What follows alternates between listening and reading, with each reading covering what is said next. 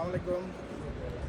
Swiss Bangla শপে সবাইকে স্বাগত জানাচ্ছি। আবার হলো আপনাদের জন্য রাজশাহী আর একদম মিষ্টি লিচু। আর মনে হয় বেশি দিন পাবেন না।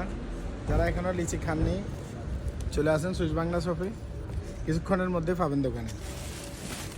এবার এলো আকর্ষণীয়, সবার পছন্দের, সুস্বাদু, নিজস্ব বাগানের সংগ্রহিত আম্রপালি, যেটা সবাই অনেকে জানেন।